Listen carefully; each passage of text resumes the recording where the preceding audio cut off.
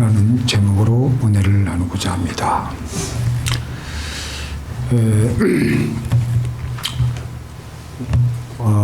온유하며 순종함으로 땅을 얻게 된다. 일반적으로 우리가 땅을 내 것으로 만들기 위해서는, 차지하기 위해서는 우리가 강하고 똑똑하고 힘이 있어야 된다고 생각을 합니다. 돈이 있어야 되고, 또 권력이 있어야 되고, 똑똑해야 되고, 강해야 되고, 독하고 악바리 같이 해야지 땅을 차지하지. 부드럽고 온유하고 순하면은 남에게 오히려 짓밟히면서 살게 될 뿐이라고 우리는 그렇게 생각을 합니다. 그런데 어떻게 온유한 사람이 땅을 기업으로 받을 것이라고 하시는지 도무지 이해가 안 돼요. 오히려 강한 사람이 땅을 차지하는 것이 인지상정이니까 하나님께서 너희가 내 앞에서 강한 능력을 받기 위해서 기도하라. 그러면 이해가 될 것 같은데, 예수님은 오늘 말씀 중에서 온유한 자가 복이 있다. 저가 땅을 기업으로 얻을 것이요. 그 시편 37편 11절에도 오직 온유한 자는 땅을 차지하며 풍부한 화평으로 즐기리로다 라고 했습니다. 온유하다는 것은 연약하다, 착하다, 순하다, 좀 약해 보이는 것이 우리가 가지고 있는 온유에 대한 그 뜻, 온유에 대한 그런 생각을 우리는 하고 있습니다. 자, 그러면 과연 온유하다는 것은 무엇일까요? 온유한 복은 우리가 오늘 본문 말씀을 읽었지만, 온유한 복은 예수님이 말씀하신 8복 중에 세 번째 복입니다. 첫 번째가 뭐죠? 마음이 가난한 자. 그리고 마음이 가난하기 때문에 애통하게 되고. 그래서 예수님께서 이렇게 순서를 잡으신 데는 그만한 이유가 있습니다. 먼저 심령이 가난해진다는 것은 나는 아무것도 아니다. 나는 아무것도 아니구나. 나는 하나님 없이는 아무것도 할 수가 없다는 것을 깨닫게 되므로 심령이 언제나 가난해질 수밖에 없으며, 그래서 애통할 수밖에 없습니다.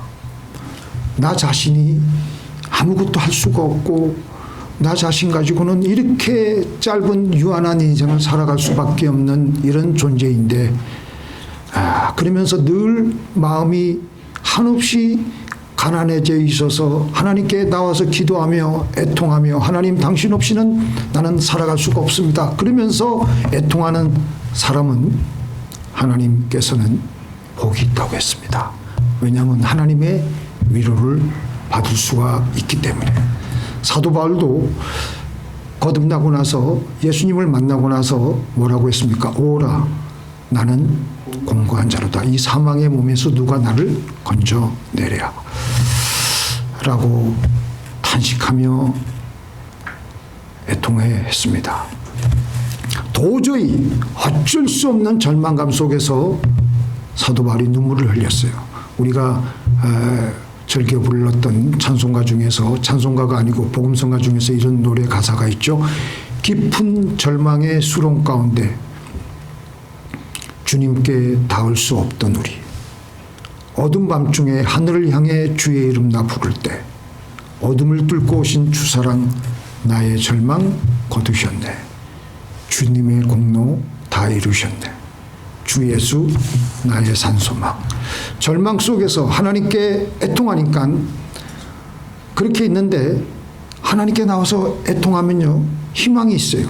하나님의 위로가 우리에게 임하게 되고 우리는 다시 일어서게 되고, 이렇게 우리가 죽었다가 다시 살아나는 영적인 용광로의 과정을 거치게 되면서 우리에게 빚어지는 성품이 온유함인 것입니다.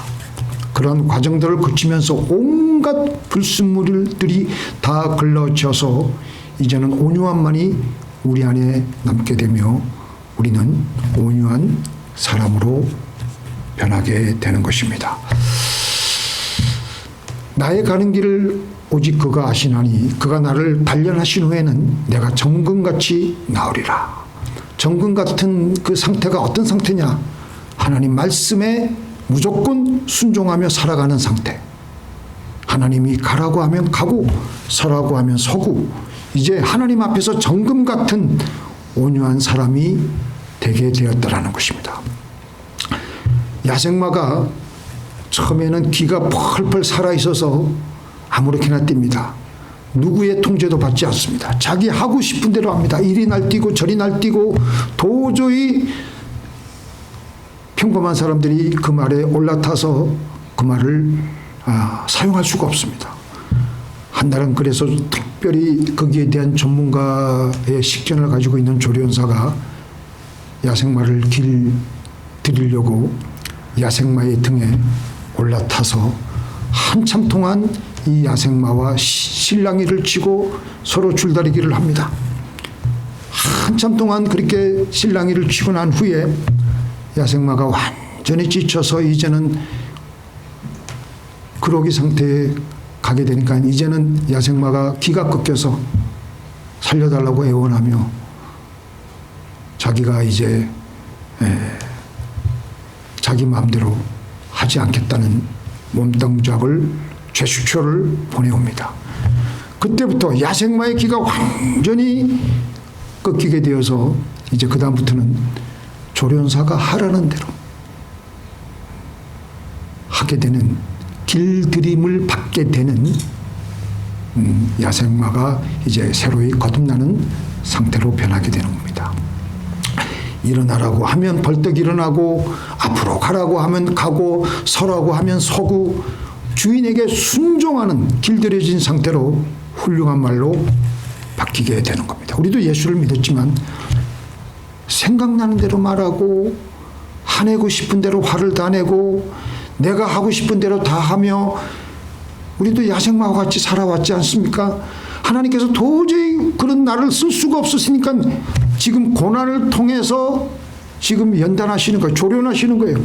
고난을 통해서 연단받을 때 우리는 마음이 가난해지게 되면서 뼈아픈 눈물을 흘리면서 애통해하면서 우리의 끼가 다 꺾여지게 되고 하나님께 점차로 길들여진 상태가 되어가는 겁니다. 우리가 얼마나 많이 연단받습니까? 병으로 연단도 받고 사업의 어려움을 통해서 연단을 받고 자식을 통해서 연단을 받기도 하고 그러면서 점차로 하나님의 조련을 받으며 우리는 이제 온유한 사람이 되어가며 하나님이 하라고 하는 대로만 하는 사람이 되어가는 것입니다. 하나님 말씀에 아멘만 있을 뿐입니다. 노가 없습니다. 우리 한번 같이 읽어볼까요? 너를 낮추시며 너를 줄이게 하시며 또 너도 알지 못하며 내 조상들도 알지 못하던 만나를 내게 먹이신 것은 사람이 떡으로만 사는 것이 아니요 여호와의 입에서 나오는 모든 말씀으로 사는 줄을 내가 알게 하려 하십니다. 하나님께서 출애굽을 해가지고 홍해수를 건넌 이스라엘 백성들을 광야 생활을 하게 하셨어요. 그 이유가 뭐냐? 너를 낮추게도 하고 너를 줄이게도 하고 그리고 정말 네가 그렇게 그 어려운 광야 생활을 하게 한 것은 그 목적이 뭐예요? 맨 끝에 여호와의 입에서 나오는 모든 말씀으로 살게 하시려고 그렇게 하시는 거예요. 그래서 우리는 고난이 오면 하나님께 기도하며 내가 지금까지 기가 꺾이지 않고 내 마음대로 살아온 것이 무엇이었나? 내 마음대로 고삐 풀린 망아지와 같이 살아온 것이 무엇이었나? 내가 무엇을 하나님 말씀에 불순종했나? 순종하지 않았나? 그렇게 하나님께 기도하면요. 하나님께서 우리가 어떤 점에서 내가 내 마음대로 살아왔는가에 대해서 비추어 주십니다. 그러면 그걸 가지고 철저히 회개하고 애통해하며 마음을 낮추어야 되는 겁니다. 내가 하나님께 무엇을 불순종하고 살아왔는가? 하나님 가르쳐 주시옵소서. 그 누구에게나 다 마찬가지 같아요. 우리의 믿음의 조상 아브라함은 75세에 부름을 받고 갈대아 우루 땅을 떠나게 되었습니다. 하나님께서는 아브라함에게 남아있는 인간의 연약함과 강팍함을 제거하기 위해서 25년 동안 아브라함을 조련시키고 연단을 주고 아브라함을 계속해서 하나님의 페이스대로 이렇게 끌어오려고 하십니다. 그렇게 변화가 된 정금같이 빛나게 된 아브라함의 나중 모습이 어떤 정도였습니까? 모리아 산에 내 독자 이삭을 갖다 바치라고 해도 두말하지 않고 독자 이삭을 사흘길을 걸어서 갖다 바치는 정도까지 그렇게 온유한 사람으로까지 변하게 되었던 것입니다. 다윗은 또 어땠습니까? 연단받을 때 사울에게 쫓겨다니다가 결정적으로 사울을 오히려 죽일 기회가 2번이나 있었습니다. 자기 승질 나는 대로 바로 죽이고 싶죠. 그런데 그 부하들도 이 다윗이요, 이때가 바로 하나님이 주신 기회이니까 저 사울을 죽이십시다. 동굴에 지금 다윗은 지금 쫓겨 있고 어느 동굴에서 지금 그 부하들과 숨죽이면서 숨고 있는데 사울이 지금 사방에 다윗을 쫓아다니다가 마침 아마 용변이 마려웠던 것 같아요. 어느 동굴에 가서 살짝 용변을 보고 피곤해가지고 잠을 자고 있는데 그 잠을 자고 있었던 그 동굴이 바로 다윗이 피신하고 있었던 동굴이었어요. 그러니까 얼마나 기가 막힙니까? 그런데 다윗이 부하들이 그렇게 부추김에도 불구하고 하나님의 기름 부은 자를 치는 것은 하나님이 금하시는 것이라. 하나님 말씀이 그거 하지 말아라. 해도 되죠. 인간적으로 볼 때 해도 되죠. 자기를 그렇게 죽이려고 하거든. 원수가 지금 자기 눈앞에 지금 자고 있는데 얼마나 좋습니까? 그런데 하나님 말씀에 no.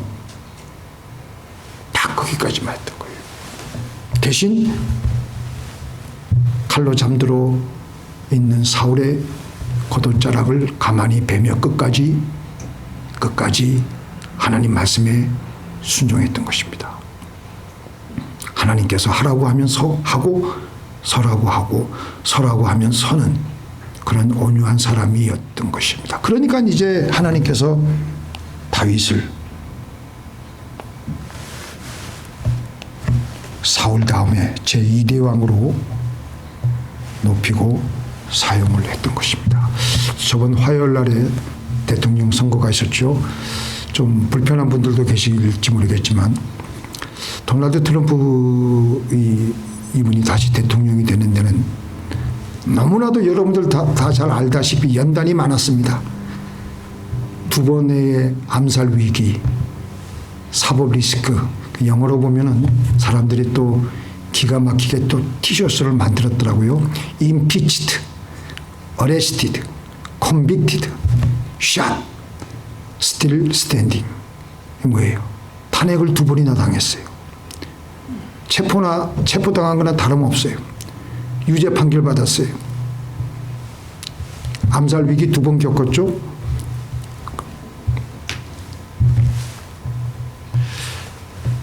보통 사람들의 그 정신 상태로는요, 그런 정도가 되면 대선 후보로 나갈 수가 없습니다. 나갈 수가 없어요. 망신당했죠. 유죄 판결 받았죠. 보상금 8,500만 불 배상하라고 그렇게 판결이 나왔죠. 그런데도 하나님께 기도하고 제가 보기에는 1기 때보다 더욱더 성숙하게 자기 마음대로 하지 않고 아침에 일어나면 하나님께 기도하며 하나님의 음성을 구하고 하나님의 말씀을 구하며 그렇게 대통령직을 수행하는 온유한 사람이 되어갈 것 같습니다. 우리 그렇게 기도하고 세계가 다시 전쟁이 종식이 되고 또 미국도 국경도 튼튼하게 지켜지고 또 여러모로 인플레이션 또 많은 분들이 어려움 속에 살고 있는데 그런 것들도 다 자리가 잡히고 세계도 평화가 다가오는 그런 시대가 다가오기를 우리가 매일 기도해야 될 줄로 믿습니다. 자, 그 다음에 우리들은 아담과 하와의 후손으로 태어나서 본성적으로 우리는 불순종하려고 하는 강팍함이 우리의 영혼의 깊은 내면에 그게 배어져 있습니다. 우리가 아무리 예수 그리스도를 믿고 제사함을 받고 뭐 변화가 된 것 같았어도 우리 안에 있는 여전한 본성 자체는 불순종하는 그런 악한 본성의 모습이 그대로 남아 있습니다. 하나님 말씀대로 살아가지 않으려는 강팍하고 완고한 마음들로 각 들어차 있는 우리들입니다. 그래서 하나님이 우리에게 무슨 일을 시키려면 변명이 많아요. 이리 빼고 저리 빼고 도무지 일을 시킬 수가 없는 겁니다. 그래서 우리는 연단을 받게 되는데 연단은 다 받습니다. 누구 하나 예수님 빼놓고는 다 죄인들이에요. 근데 이렇게 하나님으로부터 우리가 연단 받을 때, 조련 받을 때 그냥 연단만 받으면 안 돼요. 그때 기도하지 않고 받으면 우리에게 아무것도 남지 않습니다. 더 강팍해져요. 더. 그러니까 연단 받을 때 우리는 기도하며 연단 받아야 될 줄로 믿습니다. 우리가 왜 기도합니까?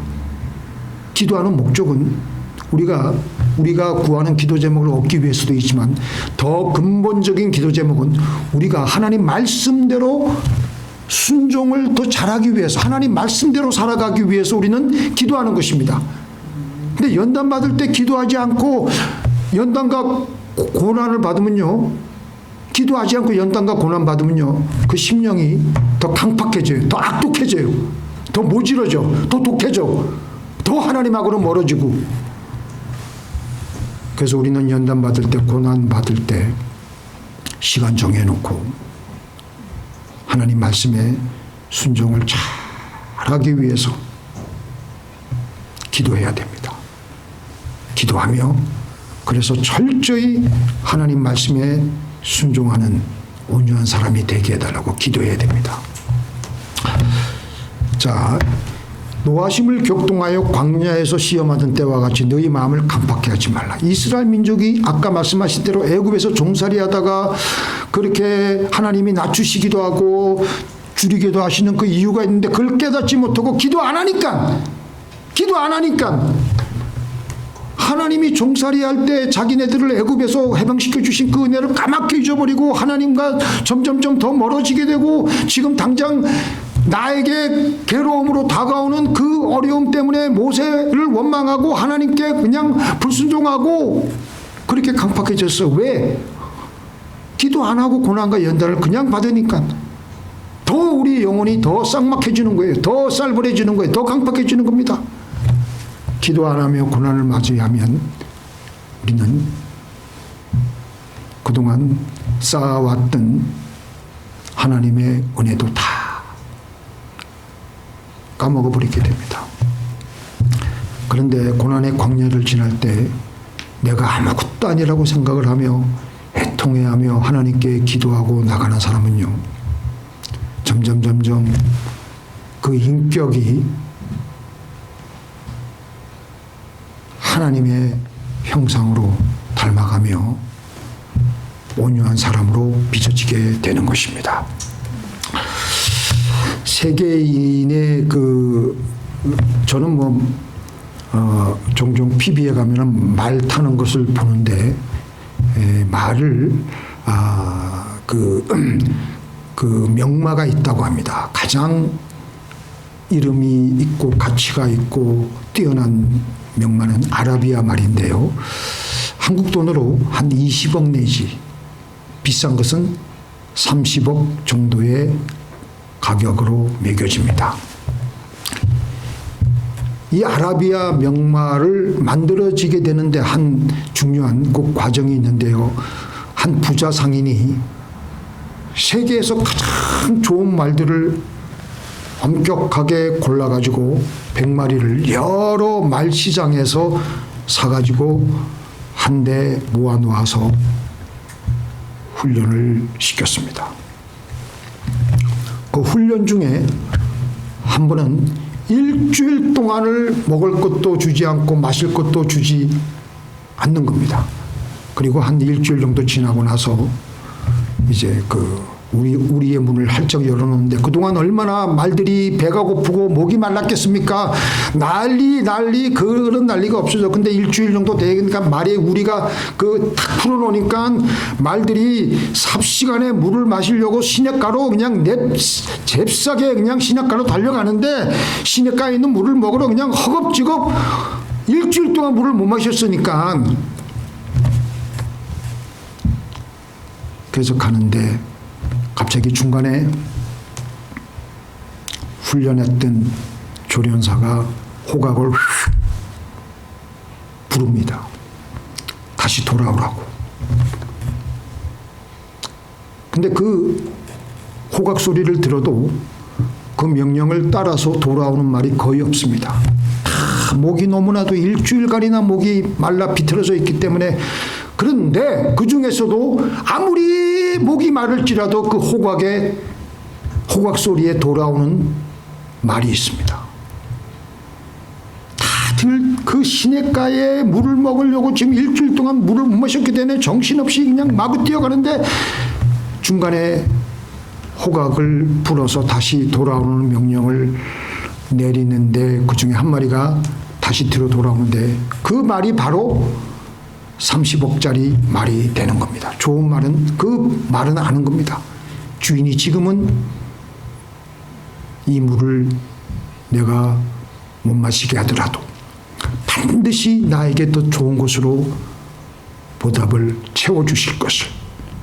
그래서 이 에피소드를 통해서 우리가 알 수 있는 것은 뭐냐면 좋은 말은 잘 달리는 말이 아니라 잘 순종하는 말입니다.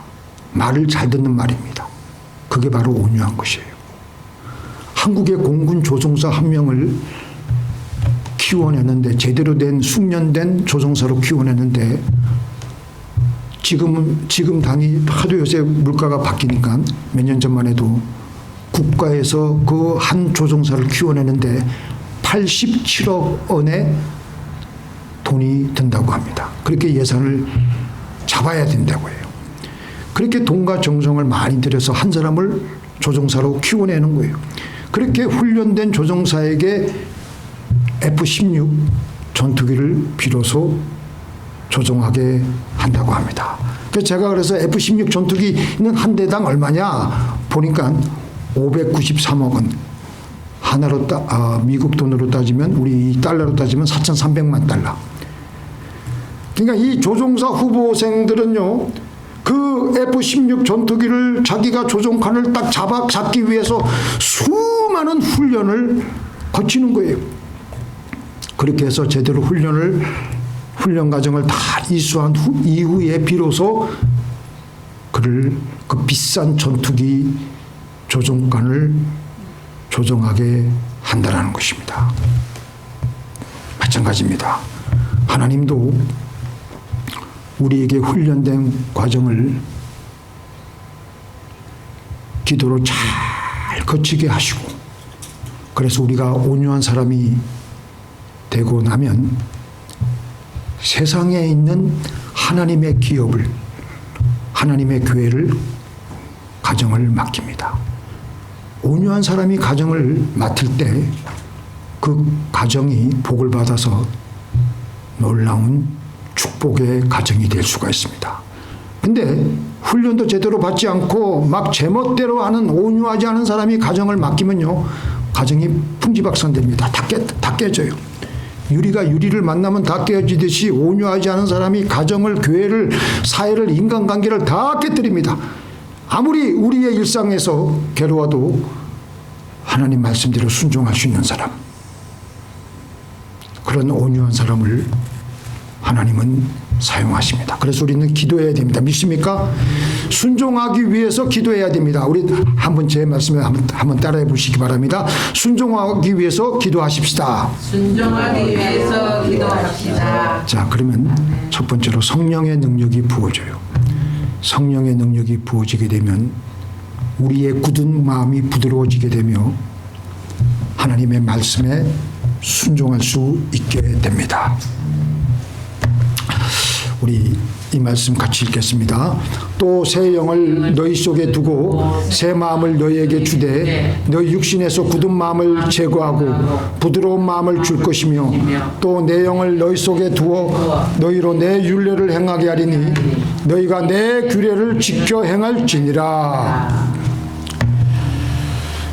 자, 온유한 마음이 되게 하는 것은요, 하나님의 성령밖에 없어요.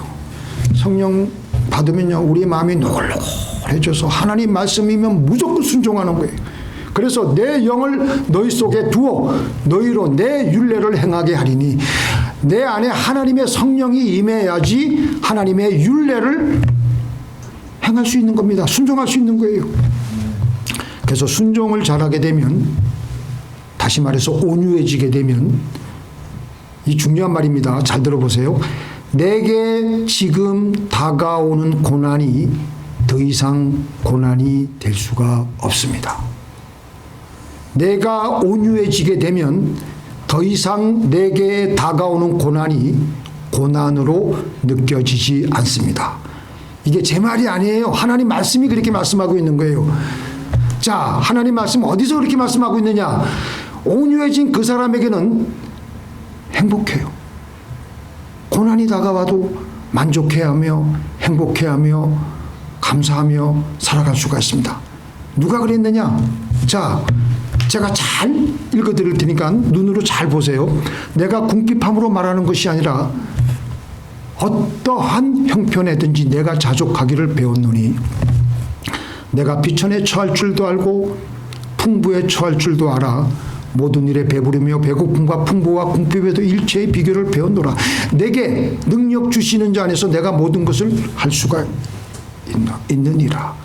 고난, 비천에 처할 줄도 알고 또 배고픔, 궁핍, 이게 다 고난이잖아요. 그죠? 내가 등 따숩고 배부른 때가 아니에요. 그럴 때도 나는 똑같이 나는 자족하고 만족하고 행복해할 수 있다. 왜? 어떻게? 내게 능력 주시는 자 안에서 내가 모든 것을 그렇게 할 수가 있기 때문에. 바로 그런 뜻입니다. 모든 일을 그렇게 한다는 게 아니라 어떤 상황에서든지 나는 하나님 말씀대로 나는 순종할 준비가 되어 있고 나는 행복할 수가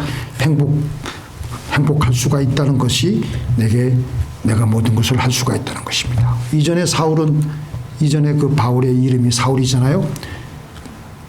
자기 마음대로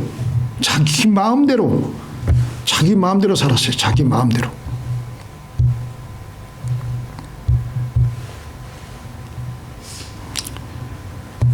자기 마음대로 이리 부딪히고 저리 부딪히며 그렇게 살다가 예수님을 만난 이후로 사도 바울이 마음이 가난해지고 애통하여지면서 주님께 기도하며 하나님 말씀에 순종하는 온유한 심령으로 바뀌어지니까 하나님께서 늘 기도하는 그에게 신비한 능력을 계속 주시는 거예요. 그러니까 비천에 처해도 궁핍에 처해도 배고파도 이래도 좋고 저래도 좋고 다 만족하며 감사할 수 있으니까 고난이 아닌 거예요. 이해가 되세요? 이해가 안 되시는 것 같은데 좌우지간. 그래서 이제 그때는 어떤 상태가 되냐면 하나님 말씀하시옵소서. 순종하니까 온유해지니까 또 하나님의 음성이 또 잘 들려요. 그래서 하나님의 지혜가 흘러넘쳐. 같이 읽겠습니다. 시작. 교만이 오면 욕도 오거니와 겸손한 자에게는 지혜가 있느니라. 하나님께 늘 온유하고 하나님 말씀에 늘 아멘 아멘 하고 나가고 순종하며 나가니까 하나님의 음성이 잘 들려요. 하나님의 뜻이 그 다음 단계에 나가는 내가 어디로 살아야 될지 그 하나님의 뜻이 잘 보여요. 그래서 고난의 때에 온유한 사람은 하나님이 하라고 하시는 대로 살아가므로 몰아닥쳤던 고난은